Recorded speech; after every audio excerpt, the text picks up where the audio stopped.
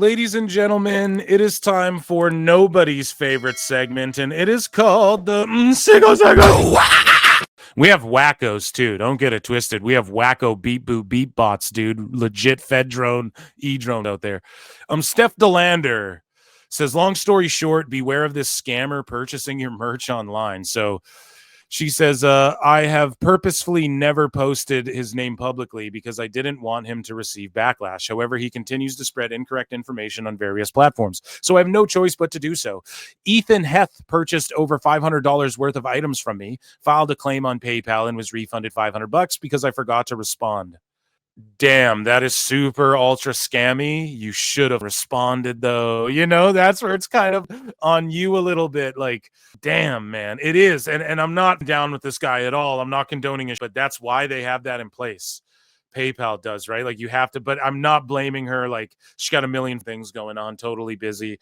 You know, why would a fan scam you? And like, that's such a disheartening thing.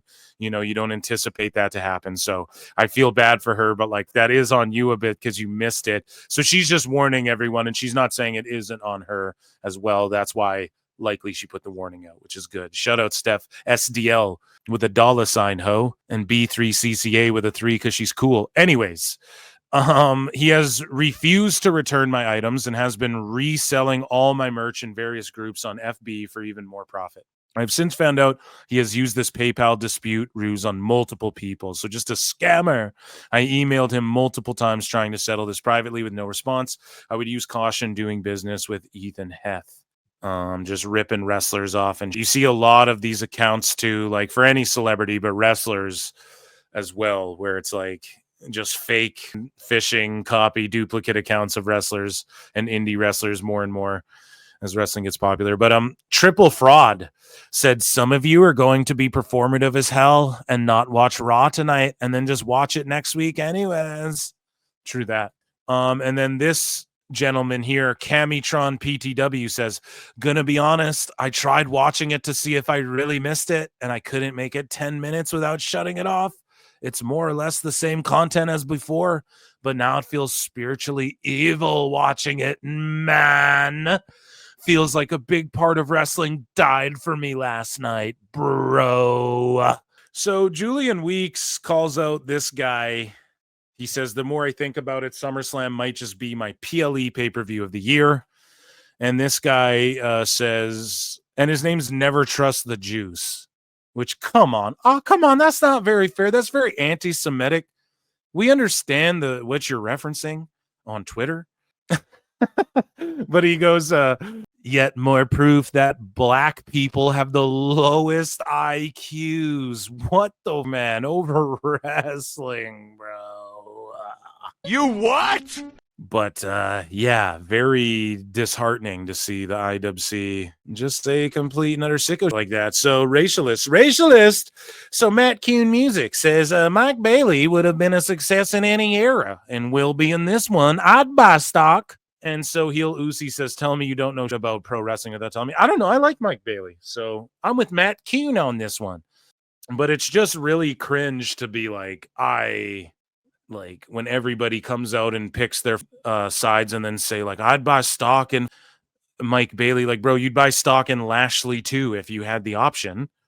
Like, let's be real about it. Yeah, I'd buy stock in Bailey too, but you can't blame a guy like Lashley for being like, I don't want to lay down for this dude and this thrown together tag team he's in.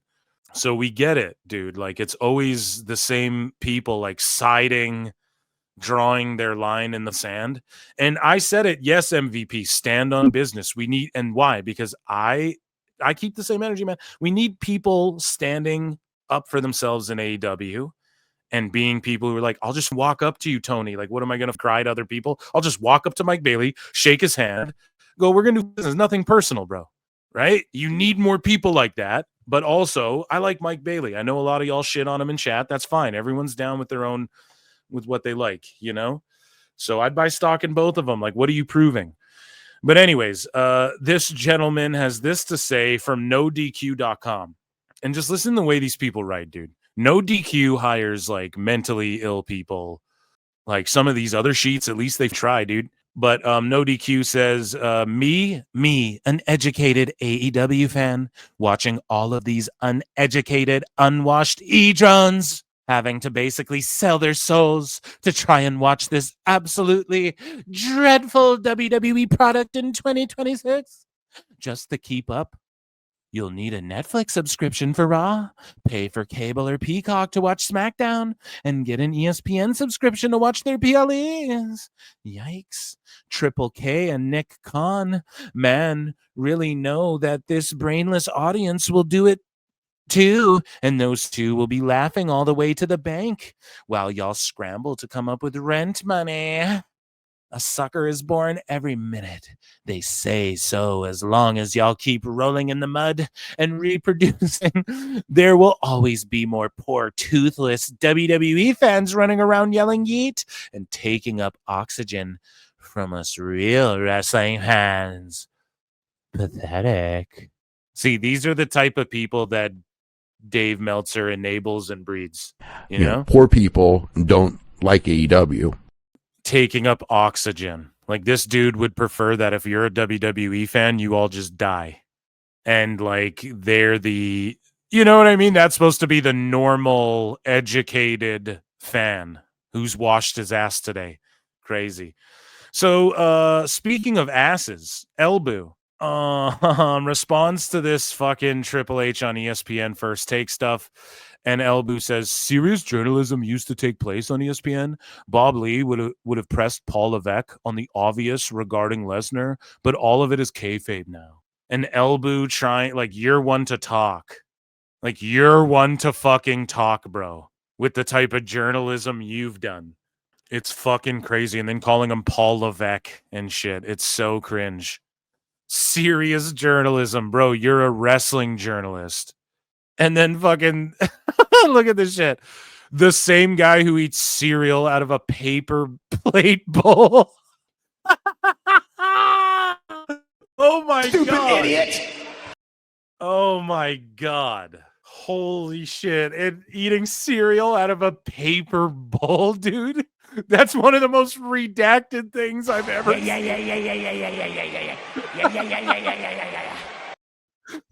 Holy shit. That is fucking hilarious, man. So Andrew Baydala had this to say. He says, I've noticed a growing sentiment among live reaction streamers and content creators expressing concerns about the sustainability of their content type, especially in the context of WWE and its evolving landscape. It makes sense considering the shifting accessibility and the overall perception of these streamers. However, this situation could actually present a significant opportunity for AEW. If I had a say in the direction of this for AEW, I would capitalize on this by differentiating themselves from WWE, inviting popular live reaction streamers to their pay-per-view events each month. Doesn't WWE already do that?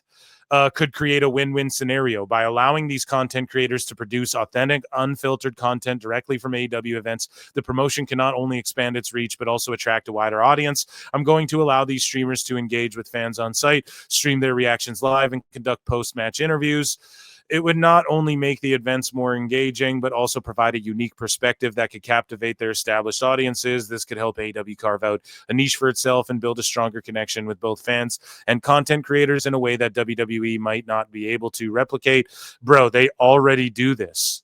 They already invite the same streamers. You see their fucking reactions. You see Santi Zap and Wheezy Blonde and the same fucking 4 people every time something crazy happens on their fucking show. They're already doing that. So I don't really know what you're talking about, but and yes, AEW probably should be doing shit like this. Should have been a long time ago, but then y'all just scream, "Oh, this is so fucking Federation.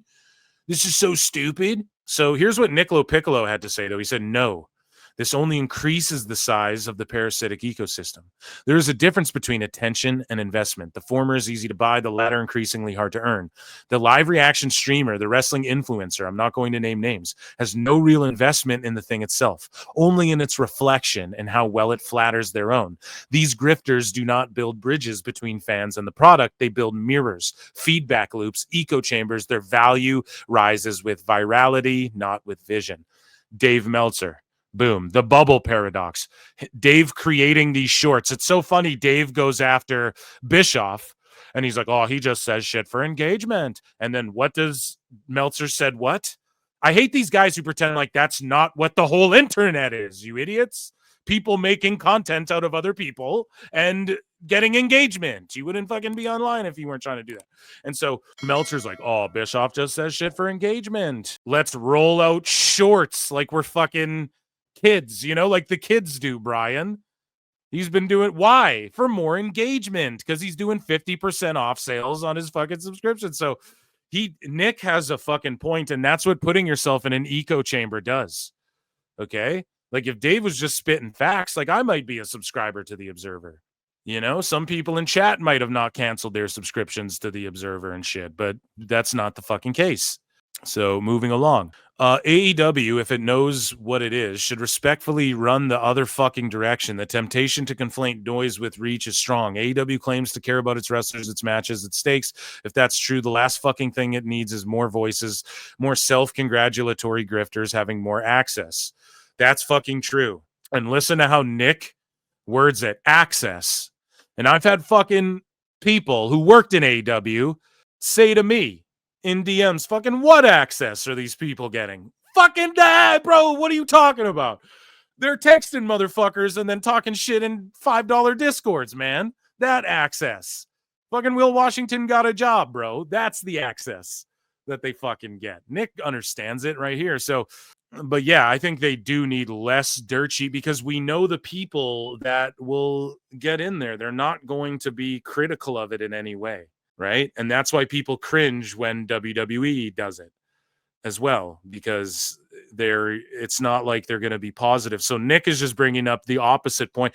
I think that fucking, hey, if AEW started to work with more influencers, that's a good move. I just think like getting out there, more streamers and stuff. But Nick is just giving a different perspective. Like, he's just pointing out like the people they'll let in, I won't be the right ones type shit. I think is like the greater point he's getting at. But talking over the story before it's even finished, being told and ultimately making the story about them. So again, Dave Meltzer, I don't like Hurt Business. They're old guys. What's the narrative? Oh, they don't want to put anyone over. What does Dave do? Stooges. FTR is going to get the belts off them. Huh? Crazy. Nick is cooking. That's what he's not naming names, but that's what the type of shit he's alluding to. The shit we point out here at PWT. All the fucking time. So ultimately making it about them. Let the artists speak. Yes, the artists, the wrestlers and the creatives, not the parasites profiting from the echo.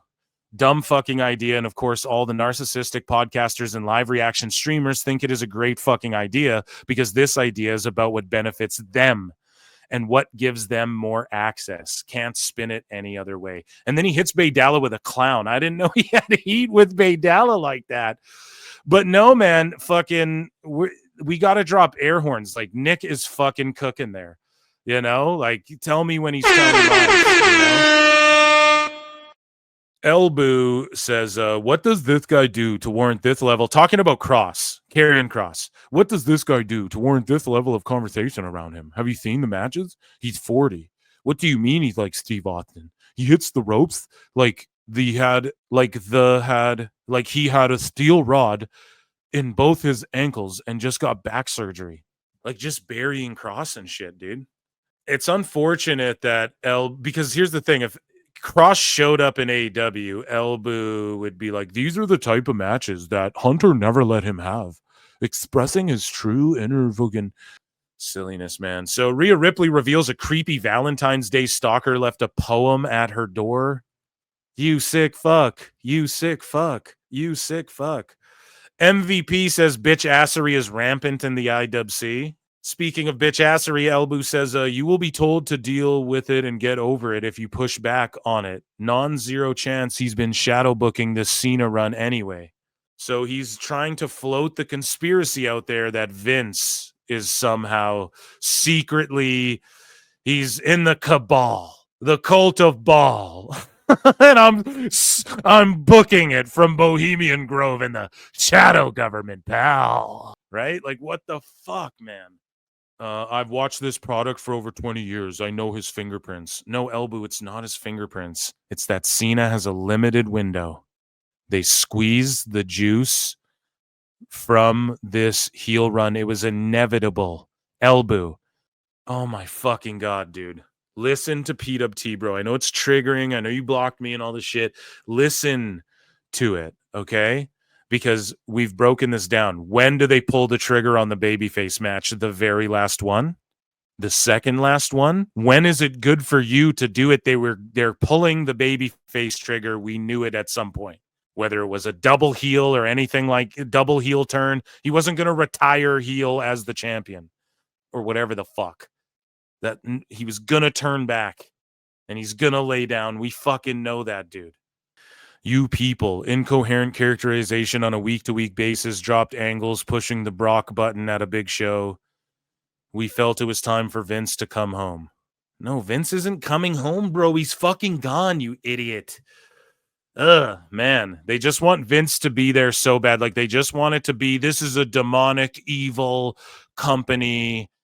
Blah, blah, fucking blah, man. Everyone's just tired of hearing this shit. Cry about it more. Go watch fucking AEW and cry about it. Well, I guess they are crying about it, but Joey Ryan. So someone was going to book this motherfucker out of nowhere and it like got deleted. Where is it, man? Someone posted about like I think it's one of these like fucking unavailable deleted tweets or one of these suspended accounts that are in this fucking graveyard in the Sicko segment, but Portland Wrestling was gonna book Joey Ryan, dude. They booked him. They weren't gonna. They booked him. Again, I'm not one of these dudes, like, people were saying he was being a creep and he got Me Too'd or speaking out it or whatever the fuck. And again, like, should he never be able to have a job ever again, ever? I mean, no, like, people got to survive. But at the same time, are wrestling fans allowed to say, we don't want this fucking guy in wrestling? Yeah, you're allowed to say that. You know, you're allowed to be like, we don't want to hire this guy and we don't want to see him on our fucking TV or when I bring my kid out to a show or whatever. Yeah, you don't want creeps around, right? So basically they booked him. He was scheduled, ready to go.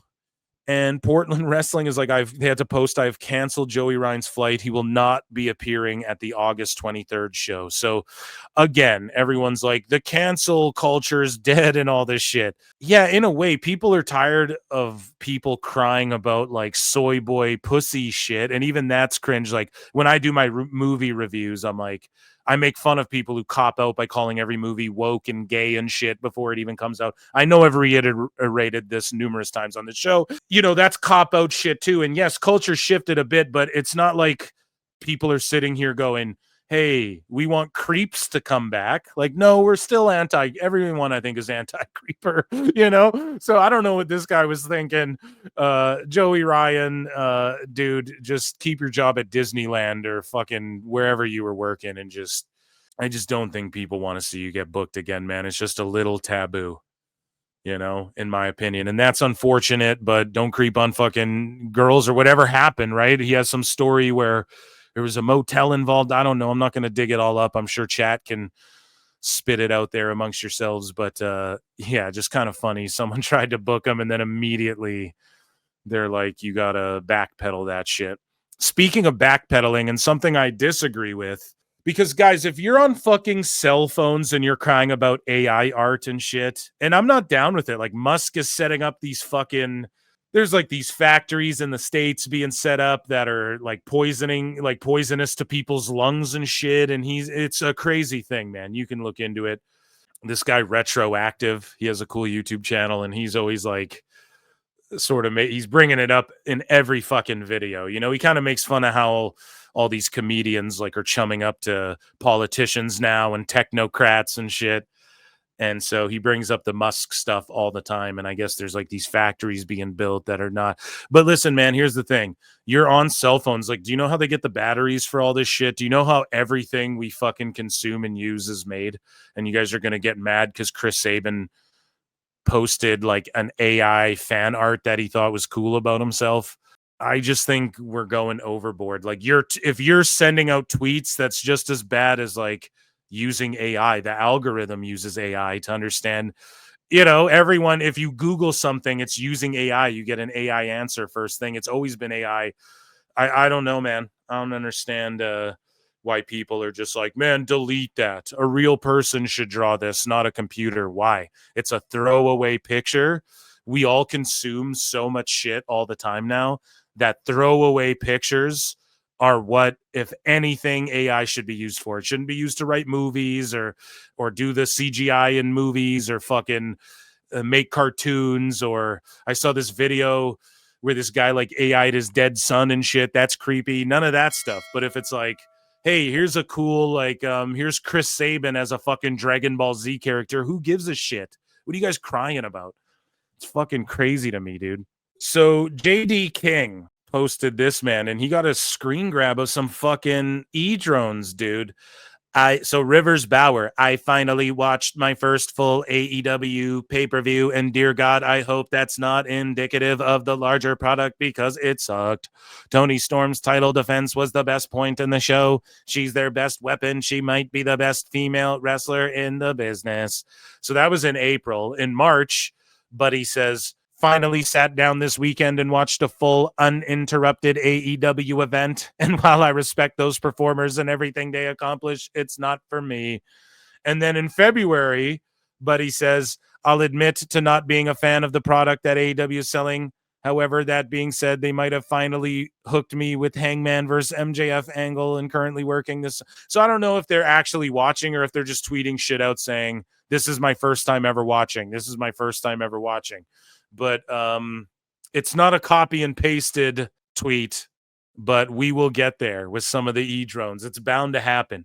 It's like in Batman Begins, right? At the end of the movie, Batman, he dons the cowl, he's fully Batman and all this shit.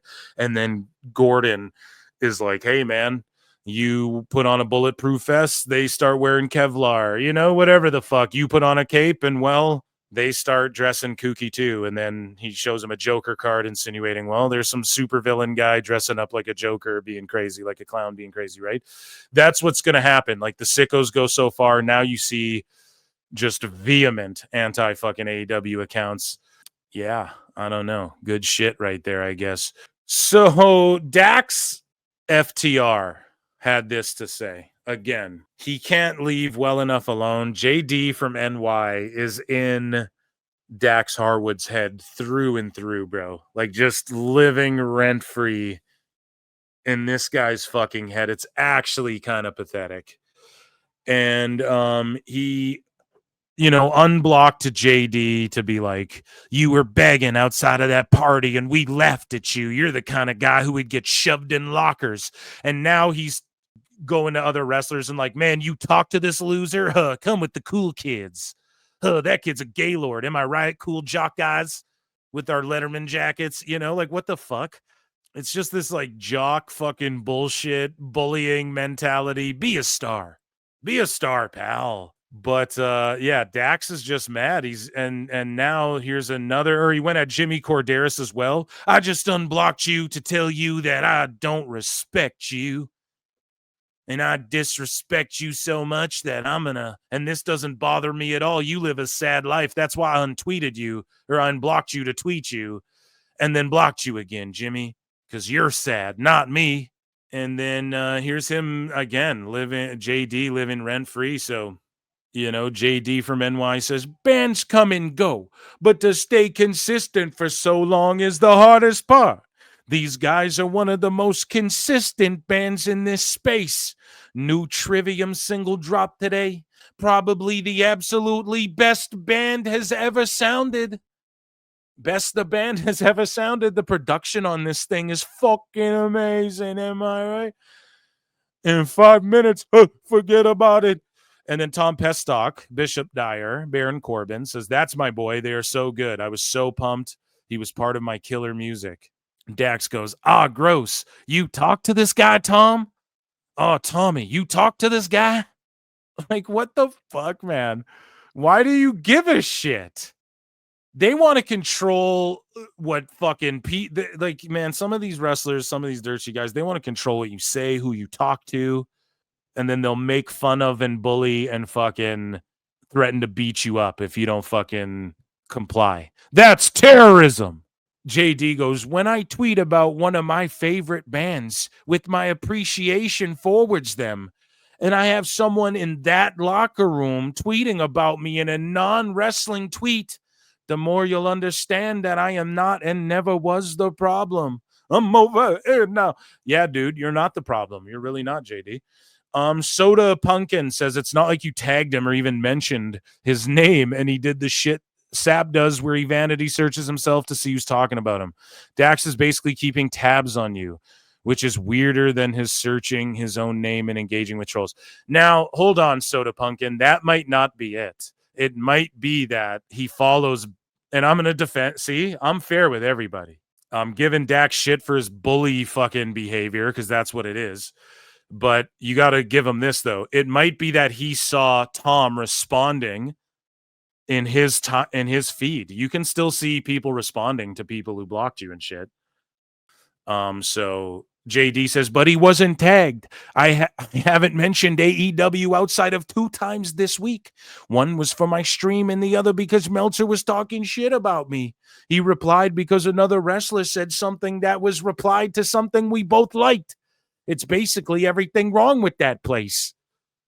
Yeah, I mean, JD, you're living rent-free, dude. That means you're winning. I mean, them even responding and shit, it's just getting you more and more and more over.